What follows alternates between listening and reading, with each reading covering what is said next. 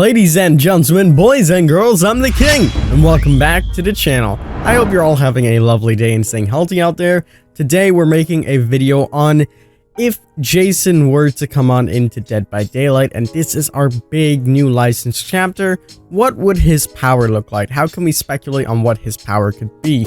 We've made a video like this in the past talking about what Pennywise's power could be a few months ago when the hype was real for Pennywise and everyone thought it was going to be him coming on into the game. So now we're going to do one for Jason. Although I do believe that Pennywise is the next killer that will come on into the game, there is a possibility that Jason might be that character instead. So it's good to look at all of our options and weigh them and see what his power could actually genuinely look like. Now, this fan-made concept is not by me. Take no credit whatsoever.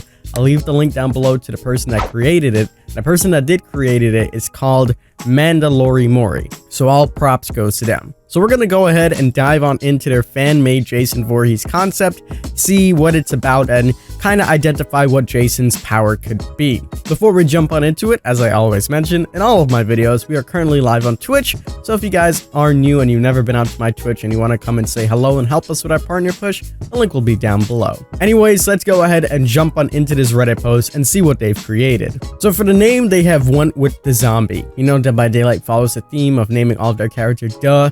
We had Leatherface as the cannibal, and then we had Freddy as the nightmare. So they really go with different names, sticking with the duh theme. So duh zombie is what this one's going to be. The terror radius will be 32 meters with the classic Jason sound of the similar chase music in Friday the 13th of Ki Ki Ki Ma Ma Ma. As you guys know, it's pretty standard sound effect. His height would be tall, his movement would be 110% speed, and his description is exactly what you would think. He would look just like Jason.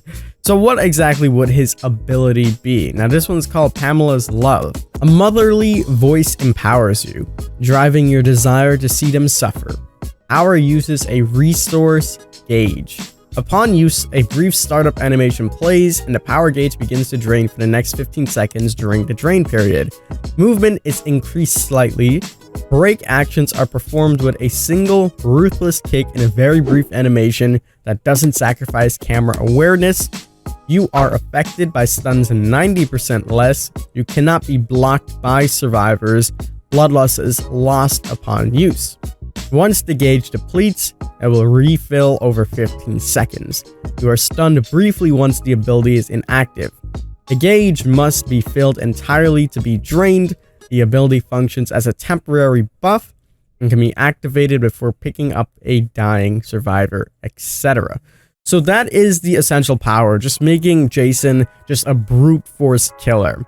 And a lot of people were confused when they were thinking that Jason was going to come in because the trap is very similar to him. They kind of have the same concept. And, you know, we have a lot of, I wouldn't say knockoffs, but similar characters such as, you know, the Hillbilly and Leatherface, the Legion and Ghostface, and now Trapper and maybe Jason coming on in.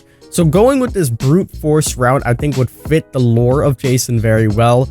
But upon reading this, I realized that this was made about a year ago. So there's still a little bit that we could add on to make this chapter even better. But for the most part, this looks pretty good.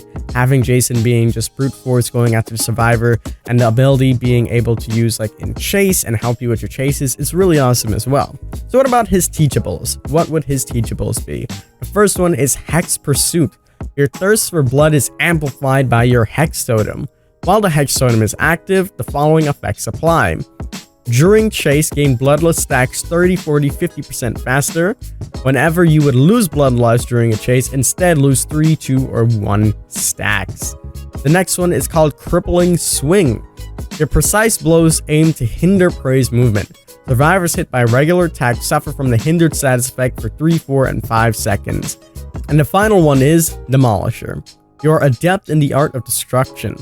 The last one generator damage cannot progress further for 10, 15, and 20 seconds and will regress 3, 6, and 9% faster. Now these are some pretty interesting perks. Again, this concept was made a year ago, so some of these perks are already kind of in the game. Think about Demolisher as Trilling Tremors and things like that. There's also some add-ons, the 2 ultra rare add-ons to be specific that I do want to talk about. The first one allows you to vault during Pamela's Love, will block the location for the duration of the power, and Vault is 25% faster. This add-on is very similar to just Bamboozle with Myers' power. Again, this was made a while ago, so they would have to tweak it a little bit, but still pretty cool for an ultra rare. And the next one is your tear radius will persist throughout the whole trial area. Tremendously increases the dark mist. So essentially your tear radius that Jason tear radius is standard chase music essentially will be out there through the entire match, similar to add-ons that we've seen with the Legion and other killers that have a map-wide heartbeat. So not too far-fetched. And finally, there's the Mori. Jason grabs you and lifts the survivor by the neck and swiftly tightens his grasp as they struggle. He then snaps their neck, takes a brief moment to watch their body become instantly lifeless, and carelessly throws their body to the floor. So that is their concept all wrapped up. I'm going to leave it in the description as I said. I enjoyed this one. It was pretty good. And as you know us, we always talk about fan-made chapters a lot. It's one of our major series that have been on the channel for a very, very long time. And I like what they've created, so decided to feature it for you guys today. And it gives us all an idea of what Jason's power could be if he were to come on into the game. There's some good theories on why he's going to come on into the game. As we know, there's still a long time, or at least it feels like a long time, but realistically it's a couple weeks until we know who the next killer is. But until then, we can still speculate and still enjoy ourselves. I hope you guys did enjoy. Again, if you did, make sure you leave a like down below, subscribe for some more Dead by Daylight content, and remember, we're live on Twitch. It'd be awesome to see you guys there. As always, I'm the King. I tip my crown to you guys, and we'll see you in the fog.